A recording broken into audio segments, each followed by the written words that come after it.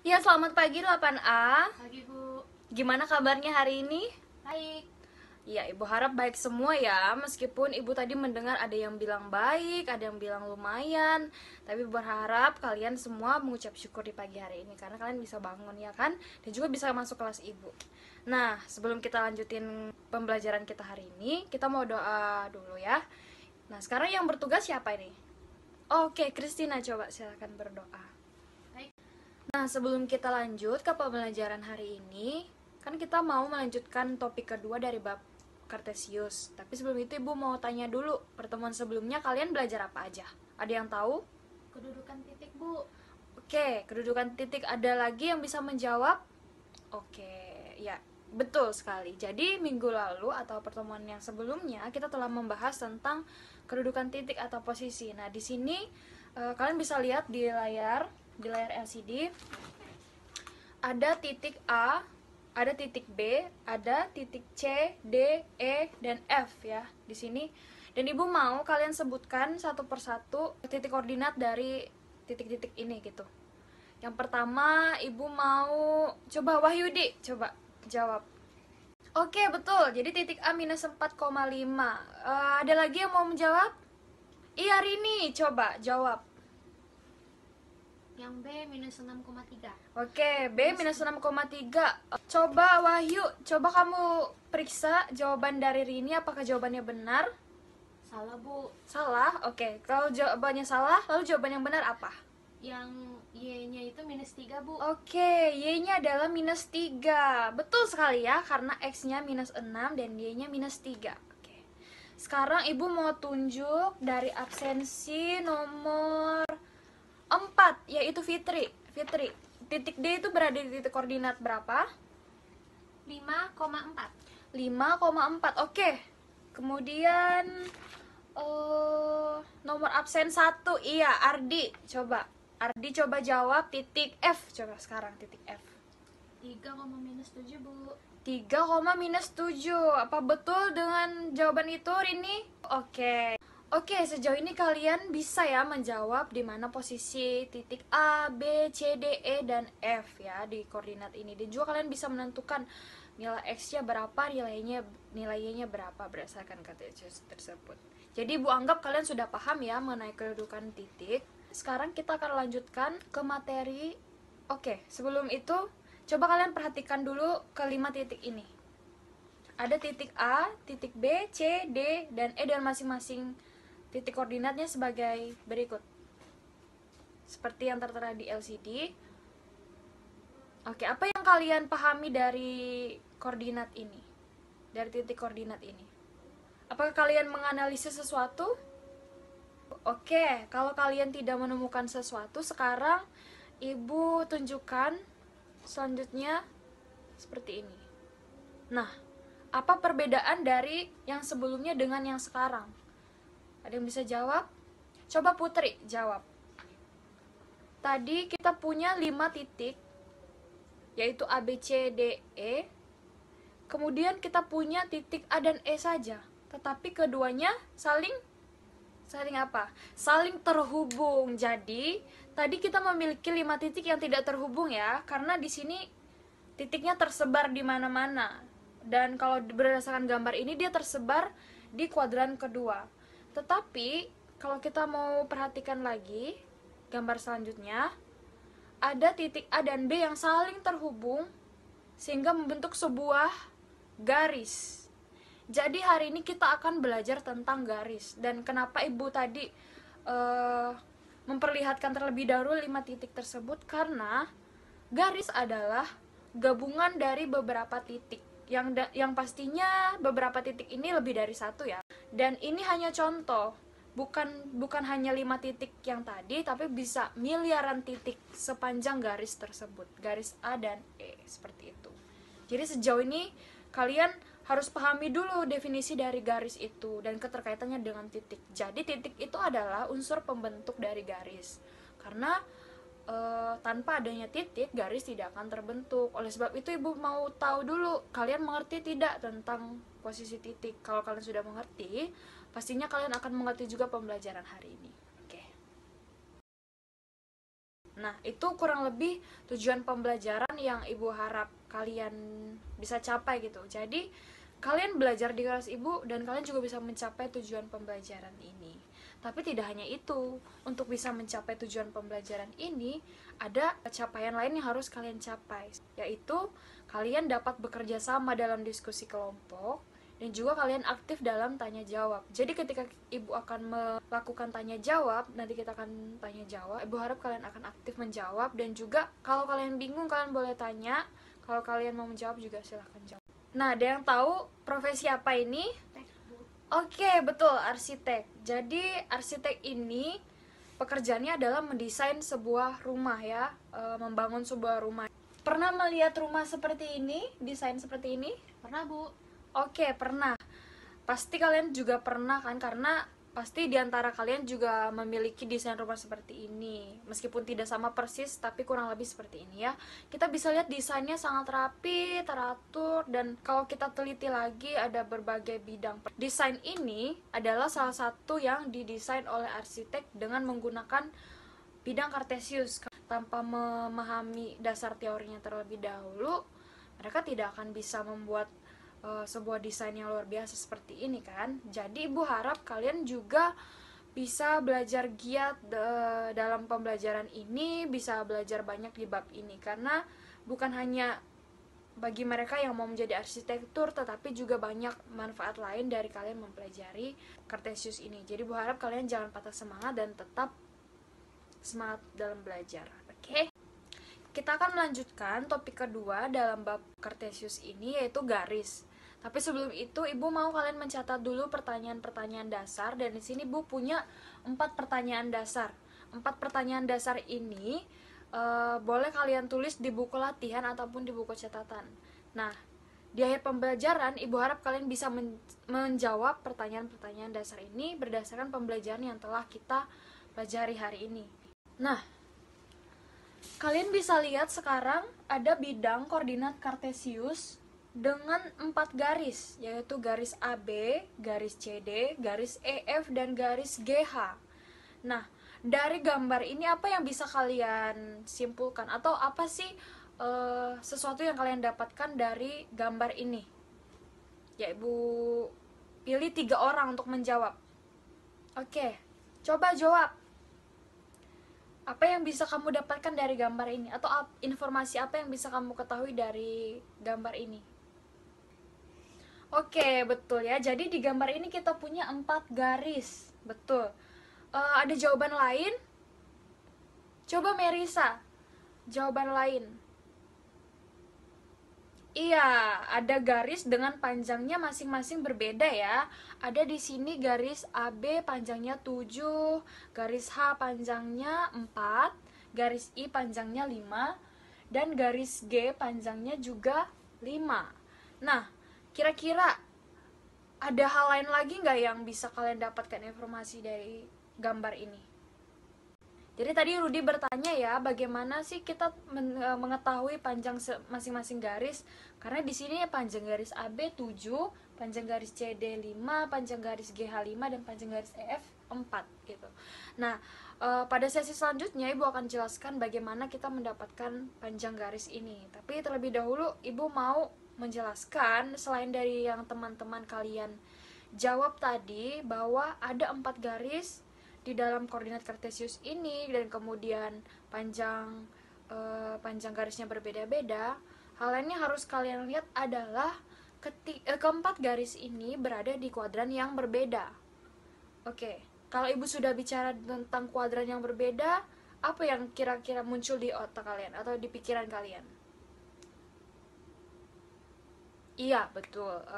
Ada minus, ada plus ya, seperti itu. Misalnya di garis C, D, garisnya memiliki titik koordinat yang semuanya positif, karena kita tahu kuadran pertama X dan Y-nya adalah positif dan positif. Kemudian juga contohnya di kuadran kedua kita punya garis AB dengan dengan titik koordinat X-nya minus dan Y-nya positif. Jadi sama ya, hukumnya sama. Jadi ketika sebuah garis berada di kuadran 1, 2, 3, atau 4, titik koordinatnya juga mengikuti prinsip dari kuadran tersebut, seperti itu. Kemudian sekarang ibu mau kalian perhatikan garis ini. Oke, garis PQRS. Ya, kita punya dua garis yang sekilas sama, tapi sebenarnya berbeda. Kemudian kalian lihat lagi garis yang ini. Oke, di sini juga garis PQRS yang sekilas sama tetapi sebenarnya berbeda. Jadi ibu mau menjelaskan dulu dasarnya ya. Jadi PQRS, garis PQ dan garis RS sebenarnya punya definisi yang berbeda.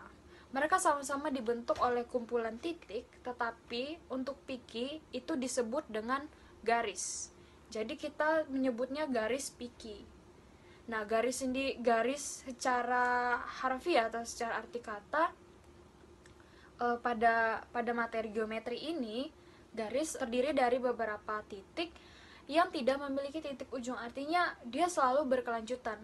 Sederhananya seperti itu. Jadi garis ini selalu berkelanjutan ya, tetapi dia melewati dua buah titik, yaitu titik P dan Q yang kita tandai di sini, sehingga kita bisa mengatakan ini garis PQ seperti itu. Tapi apabila nanti kita tandai lagi pada titik lain, ada titik R atau titik T, kita bisa gunakan nama lain, misalnya garis PT, garis PM atau sebagainya, seperti itu. Nah, berdasarkan gambar tadi, kita punya tiga posisi atau tiga kedudukan dari sebuah garis terhadap sumbu X atau sumbu Y. Yang pertama itu adalah sejajar. Nah, di gambar pertama kita punya PQ dan RS itu sebagai sebuah garis yang sejajar dengan sumbu X. Ya, pasti kalian tahu kan perbedaannya sejajar dengan tegak lurus, perbedaannya di mana? Oke, jadi di sini garis PQ dan RS itu sejajar dengan sumbu X. Kemudian kita punya PQ dan RS itu tegak lurus dengan sumbu X, seperti itu. Kita sekarang mendapatkan PQ dan RS itu sejajar dengan sumbu X dan PQ RS tegak lurus dengan sumbu X. Lalu bagaimana dengan sumbu Y? Oke, kita kembali ke gambar pertama. Ternyata PQ dan RS itu sejajar dengan sumbu X, tetapi sekaligus juga tegak lurus dengan sumbu Y. Ya tidak? Oke. Ya tidak? Ya, Bu. Oke, gimana menurut kamu? Kenapa bisa menjadi tegak lurus? Padahal tadi Ibu bilang di awal bahwa garis PQRS ini sejajar dengan sumbu X. Oke, masih bingung ya. Jadi di sini Ibu akan menjelaskan bahwa PQRS ini sejajar dengan sumbu X, maka ia juga tegak lurus dengan sumbu Y, karena sumbu X sendiri tegak lurus dengan sumbu Y. Makanya PQ dan RS yang sejajar dengan sumbu X juga tegak lurus dengan sumbu Y, seperti itu. Kemudian di sini kita bisa lihat PQ dan RS itu tegak lurus dengan sumbu X. Tetapi di gambar ini juga lebih jelas kita melihat bahwa PQ dan RS itu sejajar dengan sumbu Y. Artinya ketika sebuah garis itu sejajar dengan suatu sumbu, maka ia akan tegak lurus dengan sumbu lainnya, karena dua buah sumbu di dalam koordinat kartesius itu saling tegak lurus, seperti itu ya. Sejauh ini kalian paham? Paham, Bu. Oke, sekarang kita lanjut. Oke, bagaimana dengan garis AB? Miring, Bu. Miring, oke, miring. Betul, miring. Tapi ada jawaban lain? Dia tidak sejajar dengan sumbu X dan tidak tegak lurus terhadap sumbu Y. Oke, betul Christina, pintar sekali. Jadi, garis AB ini tidak sejajar ataupun tidak tegak lurus dengan sumbu X. Begitu juga ia tidak sejajar dan tidak tegak lurus dengan sumbu Y. Apa informasi lain yang bisa kalian dapatkan dari gambar ini? Bahwa garis AB itu berpotongan dengan sumbu Y gitu. Jadi kalau kita bandingkan lagi dengan gambar sebelumnya, kita punya 4 garis di masing-masing kuadran yang tidak berpotongan dengan sumbu X ataupun sumbu Y, terlepas dia sejajar ataupun tegak lurus gitu. Jadi kurang lebih gambaran besar materi kita adalah tentang posisi garis yang sejajar atau tegak lurus sumbu X, kemudian sejajar atau tegak lurus sumbu Y, dan garis yang berpotongan atau tidak terhadap sumbu X dan sumbu Y, seperti itu. Sejauh ini ada pertanyaan? Tidak ada? Jadi Bu anggap kalian mengerti semua ya, karena tidak ada yang bertanya. Nah, sekarang Ibu yang bertanya. Jika sebuah garis itu tegak lurus dengan sumbu Y, maka garis tersebut akan sejajar. Oke, betul. Oke, kalian benar-benar mengerti ya. Ibu senang sekali kalian mengerti. Terima kasih, Nak. Nah, tadi kita udah belajar tentang posisi dari garis, yaitu bisa sejajar, bisa tegak lurus, bisa berpotongan atau tidak, seperti itu. Nah, sekarang coba kalian perhatikan garis AB ini. Dengan titik A itu 3,7 dan B juga 3,1 ya. Mereka berada di nilai X yang sama dan sejajar dengan sumbu Y. Oke, sejajar dengan sumbu Y. Lalu amati gambar kedua ini.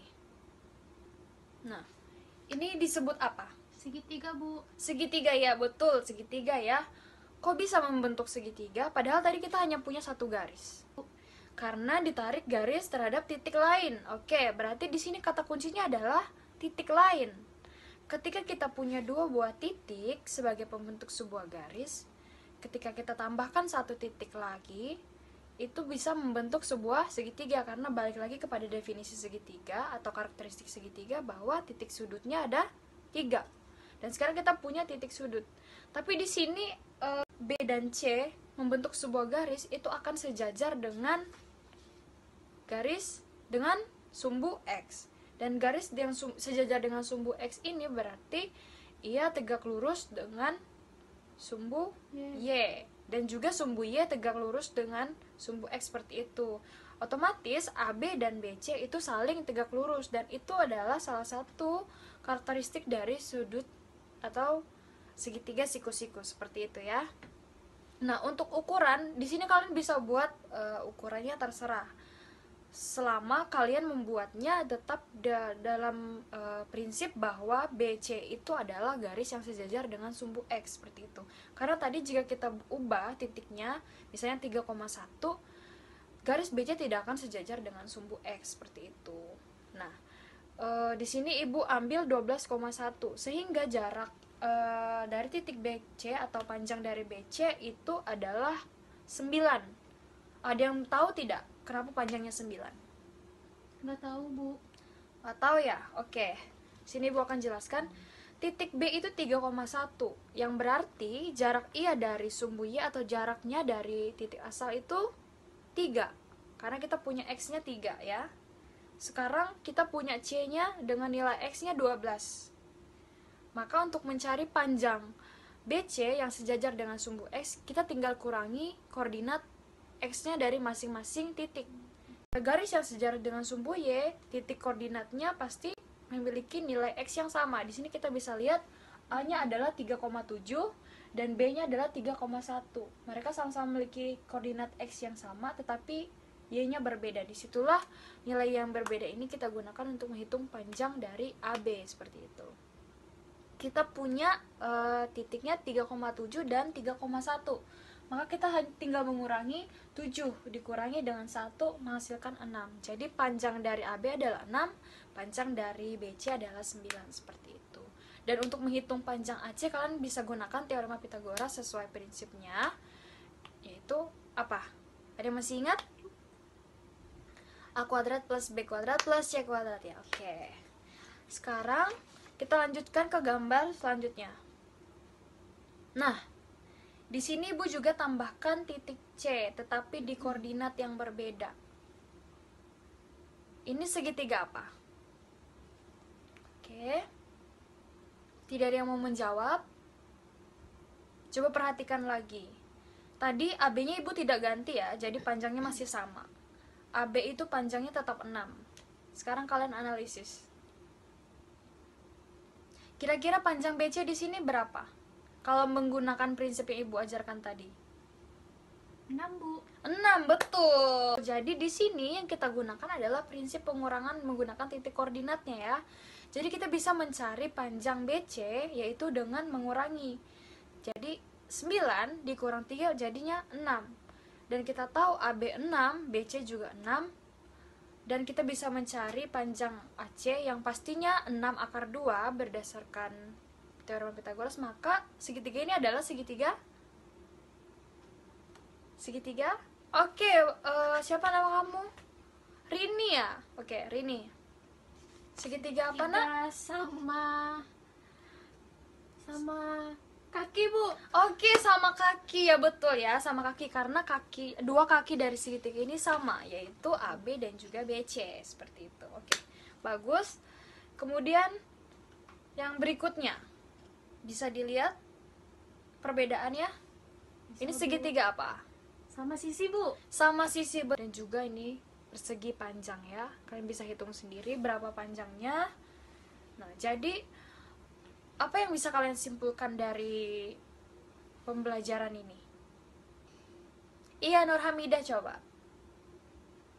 Iya, Oke, betul. Jadi tadi salah satu teman kalian bilang kalau ketika kita tambahkan satu titik lagi atau dua titik atau 3 titik begitu ya, menyesuaikan dengan bidang datar, itu akan membentuk bidang datar tertentu seperti itu. Dan kita dapat membuatnya sesuai dengan aturan yang kita mau buat. Dan yang tadi ibu tunjukkan itu hanya beberapa contoh. Kalian bisa buat jajar genjang, trapesium, segi 8, dan masih banyak lagi. Dan ukurannya pun kalian bisa tentukan sendiri. Yang penting kalian harus tahu prinsipnya seperti itu ya.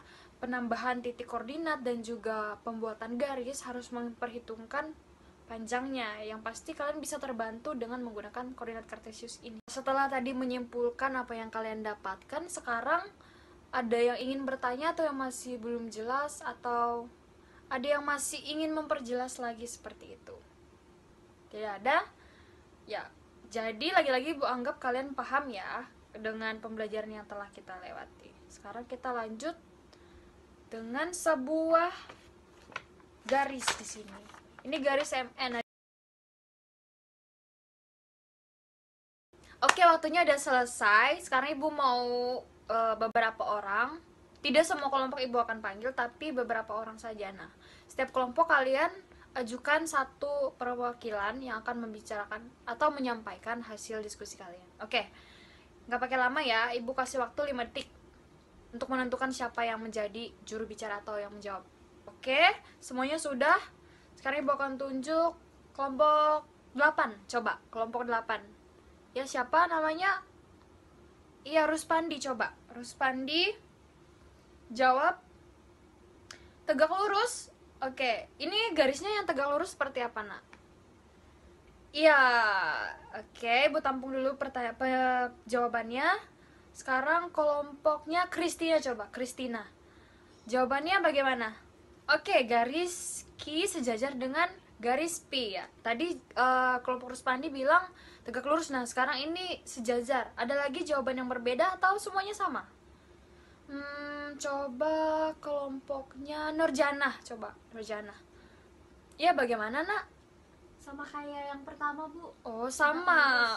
Sekarang terakhir ibu tunjuk kelompoknya.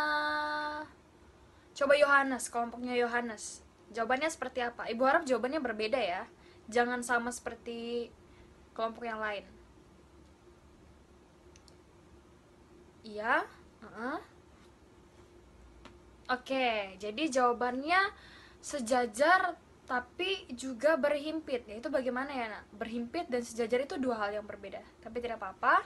Jawabannya ibu tampung dulu. Nah, sekarang dari ketiga jawaban teman-teman kalian tadi, menurut kalian ada yang betul atau semuanya salah? Ada yang berani menjawab? Oke, ibu akan jelaskan. Kemungkinan yang pertama itu adalah sejajar. Jadi kita punya syarat untuk Q itu dia tidak tegak lurus terhadap sumbu X maupun sumbu Y gitu. Jadi dia memotong kedua buah sumbu tapi tidak tegak lurus. Otomatis dia memiliki karakteristik dengan dengan garis P. Dan kita bisa simpulkan bahwa kemungkinannya P dan Q ini sejajar seperti itu. Balik lagi seperti materi sebelumnya, kita punya PQRS yang saling sejajar dengan sumbu X, dan mereka berdua juga saling sejajar satu sama lain, seperti itu ya.